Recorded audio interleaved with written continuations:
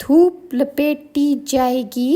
اور جب آپ اس آیت پر پہنچے کہ جب نامہ اعمال کھولے جائیں گے تو آپ کی حالت بہت زیادہ خراب ہو گئی اور آپ بے ہوش ہو کر زمین پر گر پڑے۔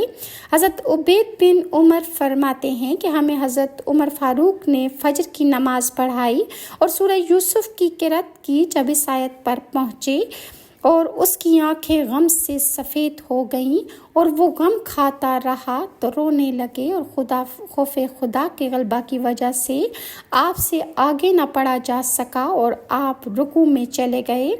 حضرت انس بن مالک سے فرماتے ہیں کہ ایک بار میں نے حضرت عمر فاروق کو ایک باغ کی دیوار کے پاس دیکھا کہ وہ اپنے آپ سے فرما رہے تھے، وہ لوگ تجھے امیر المومنین کہتے ہیں، پھر بطور عاجزی فرمانے لگے، اور تو اللہ سے نہیں ڈرتا؟ اگر تو نے رب تعالیٰ کا خوف نہ رکھا تو اس کے عذاب میں گرفتار ہو جائے گا۔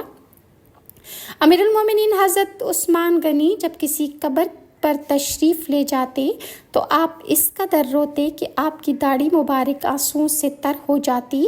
آپ کی خدمت میں عرض کیا گیا آپ اس قدر روتے کہ آپ کی داڑھی آنسوؤں سے تر ہو جاتی۔ آپ کی خدمت میں عرض کیا گیا جنت اور دوزخ کے تذکرے پر آپ اتنا نہیں روتے جتنا کہ قبر پر روتے ہیں۔ تو حضرت عثمان غنی نے ارشاد فرمایا، میں نے نبی کریم صلی اللہ علیہ وآلہ وسلم سے سنا ہے کہ قبر آخرت کی سب سے پہلی منزل ہے۔ اگر صاحب قبر نے اس سے نجات پا لی تو بعد یعنی قیامت کا معاملہ اس پر آسان کر دیا جائے گا، اور اگر اس سے نجات نہ پائی تو بعد کا معاملہ بہت زیادہ سخت ہے۔ پھر فرمایا قبر کا منظر سب مناظر سے زیادہ ہولناک ہے۔ حضرت عثمان غنی نے ارشاد فرمایا کہ میری خواہش ہے کہ مجھے مرنے کے بعد نہ اٹھایا جائے۔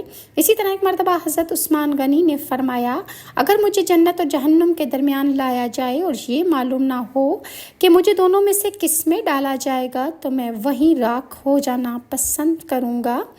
حضرت زرار کرنانی فرماتے ہیں کہ میں خدا کو گواہ بنا کر کہتا ہوں کہ میں نے حضرت امیر المومنین حضرت علی کو کئی مرتبہ دیکھا، اس وقت کہ جب رات کی تاریکی چھا رہی ہوتی، ستارے ٹمٹما رہے ہوتے اور آپ اپنے محراب میں لرزاں و ترساں اپنی داڑھی مبارک تھامے ہوئے ایسے بے چین بیٹھے ہوتے کہ گویا زہریلے سانپ نے حضرت علی کو ڈس لیا ہو۔ آپ غم کے ماروں کی طرح روتے اور بے اختیار ہو کر کہتے کہ اے میرے رب پکارتے، پھر دنیا سے مخاطب ہو کر فرماتے تو مجھے دھوکے میں ڈالنے کے لیے آئی ہے، میرے لیے بن سور کر آئی ہے، دور ہو جا، کسی اور کو دھوکہ دینا، میں تجھے 3 طلاق دے چکا ہوں، تیری عمر کم ہے، تیری محفل حقیر، جبکہ تیرے مصائب جھیلنا آسان ہے، آپ آہذاری کرتے اور تیرا سفر طویل ہے جبکہ تیرا راستہ وحشت سے بھرپور ہے۔ امیر المومنین حضرت سیدنا علی مرتضیٰ نے ایک مرتبہ فجر کی نماز پڑھائی۔